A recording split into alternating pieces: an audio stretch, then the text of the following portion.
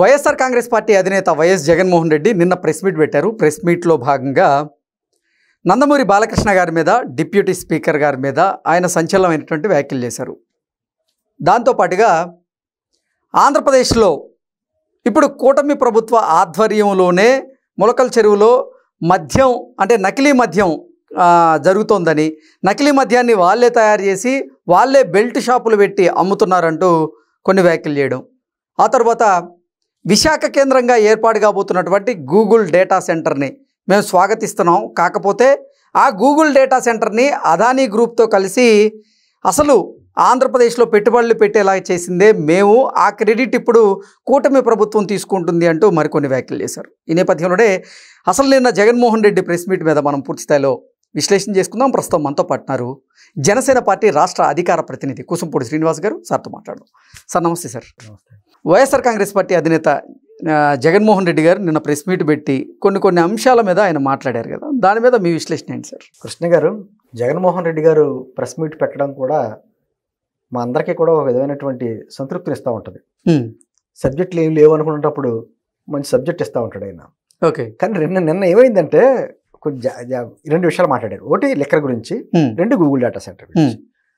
ముందు లెక్కర్ గురించి మాట్లాడదాం. సార్ లెక్కర్ గురించి మాట్లాడినప్పుడు ఆయన ఏం చేశాడండి, ఆయన ఏమంటున్నాడు, ఆ లెక్కర్కి సంబంధించి వాళ్ళే ఫ్యాక్టరీలు పెడతారు, వాళ్ళే అమ్ముతారు, తిరిగి బురద జల్లి తీసుకొచ్చి వైఎస్ఆర్ కాంగ్రెస్ పార్టీ మీద వేస్తున్నారు అనేటువంటి మాటలు మాట్లాడతా మా జోగి రమేష్ అమాయకుడు, అతనికి అసలు సంబంధం లేని వ్యక్తిని అప్పుడెప్పుడో దశాబ్దాల క్రితం ఎక్కడో పెళ్లిలో కలిస్తే ఆ ఫోటో తీసుకొచ్చి సంబంధం ఉన్నట్టుగా కలపడం, ఇవన్నీ ఎలా ఉందంటే వీటన్నిటికీ కుట్రదారుడు చంద్రబాబు గారే.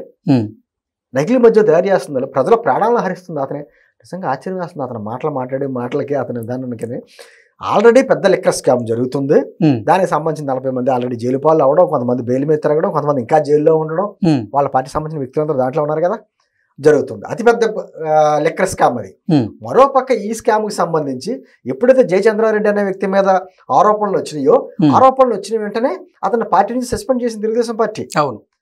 అయితే ఆల్రెడీ జోగి రమేష్కి అక్కడ అతని పేరు అరెస్ట్ అయినటువంటి వ్యక్తి ఏమన్నా, అతనికి జరిగినటువంటి సంభాషణ చాట్ కూడా బయటకు వచ్చింది, జనార్దన్ రావు.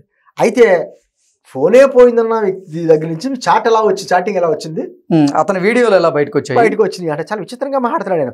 ఫోన్ పోతే చాటింగ్ తీలేరా, టెక్నాలజీ లేదా అంటే ఆల్రెడీ ముందే ప్లాన్ చేసుకుని చాలా చక్కగా అతన్ని ఆఫ్రికా నుంచి తీసుకొచ్చి ఈ రకంగా ప్లాన్ చేశారండి. మరి ఆఫ్రికాలో దొరికినటువంటి ఆ రెడ్డిస్ కంపెనీ ఎవరిది, దాంట్లో పార్ట్నర్ ఎవరు, ఈ సోదరులు కదా. అక్కడికి 2-3 సార్లు ప్రయాణాలు చేసింది ఎవరు, అక్కడికి ఆల్రెడీ అక్కడ ఆ దేశానికి సంబంధించిన మంత్రి గారు కూడా బయటకు వచ్చి సాచెట్లో లెక్కన అమ్ముతున్నారని చెప్పేసి అని బ్యాన్ చేసింది ఏ కంపెనీని ఎవరు చెప్తారు? ఆల్రెడీ ఈ జోగి రమేష్ స్వయాన ఆ జనార్దన్ అనే వ్యక్తికి మాకు పూర్వం నుంచి ఒకే వీధిలో పెరిగిన వాళ్ళం అని చెప్పేసి వీడియోలు వచ్చినాయి, ఆడియోలు అన్నీ వచ్చినాయి. మరి అయినటికి సమాధానం ఏంటి అంటే చాలా విచిత్రంగా తప్పులన్నీ తానే చేసి బయట వాళ్ళు ఇచ్చేస్తా, పైకి విచిత్రంగా ఏమంటాడు అతను, అన్నీ కూడా చంద్రబాబు నాయుడు గారు ఏదైనా తన ఖాతాలో వేసుకుంటాడు అనేటువంటి మాట. ఆల్రెడీ ఇక్కడ హైటెక్ సిటీ గురించి, హైటెక్ సిటీ బిల్డింగ్ గురించి రకరకాల తనకి ఏదో ఏం చెప్పాలనుకున్నాడో కానీ మొత్తం చెప్పుకుంటూ వచ్చేసాడు. హైదరాబాద్లో హైటెక్ సిటీ, హైదరాబాద్ డెవలప్ అయిందే అసలు చంద్రబాబు గారి అధికారంలో లేని సమయంలో అన్నట్టుగా రకరకాల ఎదురుమల్లి జనార్దన్ రెడ్డి గారు శంకుస్థాపన చేశారు. తర్వాత నా తండ్రి గారి హయాంలో ఇంకా డెవలప్ అయింది అని చెప్పడానికి ప్రయత్నం చేసుకుంటూ వచ్చాడు. అంటే వాస్తవాలు ఏంటంటే తెలంగాణ ప్రజలకి, ఆఖరికి తెలంగాణ ముఖ్యమంత్రి గారు కూడా ఈ మధ్యకాలంలో చెప్పడం జరిగింది. సరే, ఆ విషయాలను పక్కన పెడదాం. ఏంటంటే లెక్కర్ స్కామ్ అంటేనే గుర్తుకొచ్చేది వాళ్ళు. ఈ రోజున లెక్కర్ స్కామ్ మొత్తం పెద్ద లెక్కర్ స్కామ్ ఏమో తాడేపల్లి ప్యాలెస్ దగ్గరకు వచ్చేసేలా ఉంది. మళ్ళీ కొత్తగా ఇది ఒకటి యాడ్ అయింది. దాని మీద సిట్ మీద అతను నమ్మకం లేదట, దానికి సిబిఐ విచారణకి ఇవ్వాలంట. సిబిఐ అయితే కొన్ని 4 సంవత్సరాలు గడుస్తూ ఉంటుంది, తప్పించుకోవచ్చు వివేకానంద రెడ్డి గారి హత్య కేసులాగా అనుకున్నటువంటి ఘటన. సరే, ఆ విషయం పక్కన పెడదు. రెండోది ఏంటంటే గూగుల్ డేటా సెంటర్ గురించి మాట్లాడాడు. పాపం నిజంగా వైఎస్ఆర్ కాంగ్రెస్ పార్టీ వాళ్ళు ఏడుస్తున్నారు కృష్ణ గారు. నిజంగాను గత వారం రోజులుగా ఆ శంకుస్థాపన జరిగిన కాడి నుంచి దానివల్ల ఉద్యోగాలు ఏమొస్తాయి, అది పెద్ద గోడౌను, అది వచ్చిన కాడి నుంచి పర్యావరణ కాలుష్యం జరుగుద్ది, కొన్ని టీఎంసీలు వాటర్ ఖర్చు అవుద్ది, విద్యుత్ శక్తి ఎంత ఖర్చు అవుద్ది. అంటే విశాఖ కేంద్రంగా రాబోయేటువంటి రోజుల్లో ఈ గూగుల్ డేటా సెంటర్ వల్ల విద్యుత్ కొరత వస్తుంది, నీటి కొరత వస్తుంది, పర్యావరణ సమస్యలు వస్తాయని అదే పక్కన ప్రచారాలు జరిగాయి. పక్కన కర్ణాటకకు సంబంధించిన మంత్రి గారు కూడా దీనికి మాకు వద్దు అనుకున్నాం, దీనివల్ల లాభం కంటే నష్టం ఎక్కువ అనేటువంటి మాటలు మాట్లాడదు. వాళ్ళకి సంబంధించిన వార్తల్లో వాళ్ళ పేపర్లో పెద్ద పెద్ద వార్తలు రాసుకుని ఏదో సంతృప్తి పడుతుంటే ఈయన వచ్చి నీళ్లు చదువుతున్నట్టు అది మనమే తీసుకొచ్చామని చెప్పడం చాలా విచిత్రంగా ఉంటాయండి అతనికి. ఎందుకంటే ఇప్పుడు కడుతున్నటువంటి గూగుల్ డేటా సెంటర్ ఆయన ఆల్రెడీ స్థాపించినటువంటి అదానీ డేటా సెంటర్కి కొనసాగింపట. దానిలో విస్తరణలో భాగమే గూగుల్ డేటా సెంటర్ అంట. పాపం ఈ విషయం సుందర పిచ్చయ్య గారికి తెలుసో లేదు పాపం, ఆయన కూడా మాట్లాడాడు మొన్న.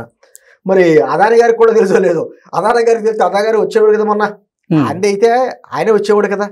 ఏంటంది గూగుల్ డేటా సెంటర్లో కాంట్రాక్టర్స్ కొన్ని విభాగాలకు సంబంధించి అదానీ వాళ్ళకి కొంతాను, అదేవిధంగా ఎయిర్టెల్ వారికి కొంత ఇచ్చినటువంటిది అది కాంట్రాక్టర్స్ వాళ్ళ. ఏంటంది ఎన్ని ఉద్యోగాలు. ఇప్పుడు మళ్ళీ దాని ఏమంటాడు, వాళ్ళ ఒక నుంచి పర్యావరణానికి నష్టం జరుగుద్దని చెప్పి ఓదర కొడుతున్నారు, వాళ్ళ ఛానల్లో డిబేట్లు పెట్టి నడుపుతున్నారు. ఈయన వచ్చి ఎకో సిస్టమ్ బిల్డప్ అవుద్ది, దాని వల్ల కాకుండా దాని చుట్టుపక్కల ఉన్నటువంటి ఆ సిస్టమ్ ద్వారా కొన్ని వేల ఉద్యోగాలు వస్తాయి, మంచిదే అని కితాబు ఇచ్చాడు. ఇప్పుడు వాళ్ళు ఏం చేయాలి, గూగుల్ డేటా సెంటర్ వాళ్ళు రావడం మంచిదని చెప్పాలా, చెడు అని చెప్పాలా, అది మా ఖాతాలో వేసుకోవాలా, వేరే వాళ్ళ ఖాతాలో వేయాలా?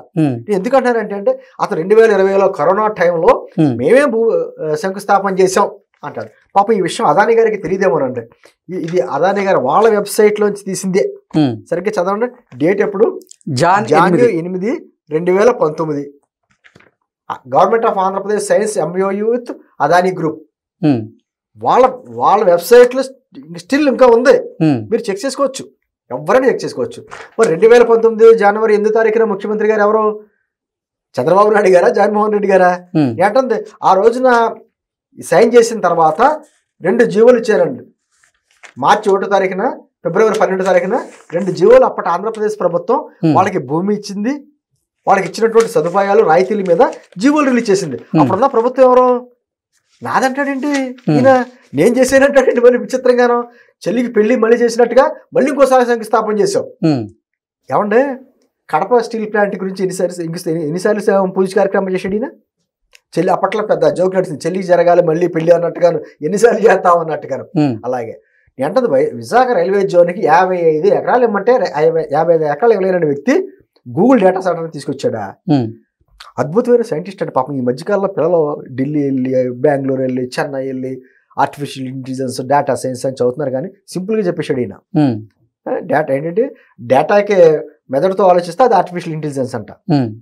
అంత సింపుల్గా ఆర్టిఫిషియల్ ఇంటెలిజెన్స్ అని ఆశ్చర్యపోతారు. ఆర్టిఫిషియల్ ఇంటెలిజెన్స్ పెద్ద పెద్ద ఈ పాపం lecturers, professors, students artificial intelligence అంటే ఇంత ఈజీయా, డేటాను మెదడుకు అనుసంధానం చేస్తే ఆర్టిఫిషియల్ ఇంటెలిజెన్స్ అంట. సింపుల్గా చెప్పేశాడు. గతంలో చూడండి కరోనా టైంలో ఏముంది, కరోనా బ్లీచింగ్ పౌడర్ చల్లితే సరిపోద్ది అన్నాడు అప్పట్లో. అలాగే ఆర్టిఫిషియల్ ఇంటెలిజెన్స్ కొత్త నిర్వచనం.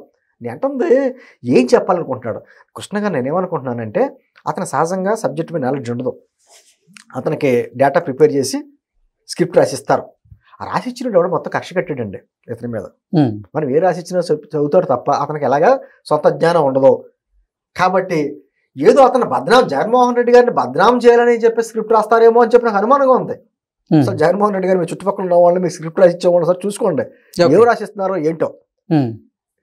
ఆర్టిఫిషియల్ ఇంటెలిజెన్స్ ఏంటో, డేటా సైన్స్ ఏంటో, అదానీ డేటా సెంటర్కి మనం ఇచ్చింది ఏంటో, అంతకుముందు జరిగింది ఏంటో, అసలు ఈరోజు వస్తున్న గూగుల్ డేటా సెంటర్లో అదానీ ఏ పనుల్లో భాగస్వామ్యం అతను పూర్తిగా తెలుసుకున్న తర్వాత మాట్లాడాలి తప్ప ఎవరో ఇచ్చిన స్క్రిప్ట్ని అలా చదివేసి ఇలాగా ఏంటంటారు ఇంకా పచ్చి మాటలు చెప్పాలంటే చాలా వివరంగా చెప్పాలంటే చాలా చిరాగ్గా ఉంటుంది. ఆ విధంగా అవడం చాలా ఇబ్బందికరంగా ఉంటుంది.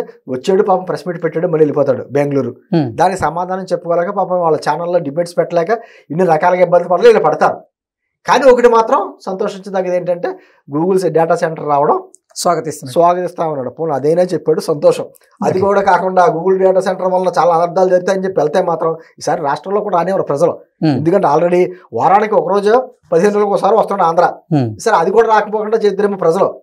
అంటే అది ఏం మాట్లాడుతున్నాము ఏంటన్నది అర్థం చేసుకుని ముందు స్క్రిప్ట్ చదివి స్క్రిప్ట్లో లోపాలు ఉంటే సరి చేసుకుని మాట్లాడాలి తప్ప అక్కడికి వచ్చి కూర్చొని మాట్లాడితే ఇలాగే ఉంటాయి. Okay sir, thank you so much.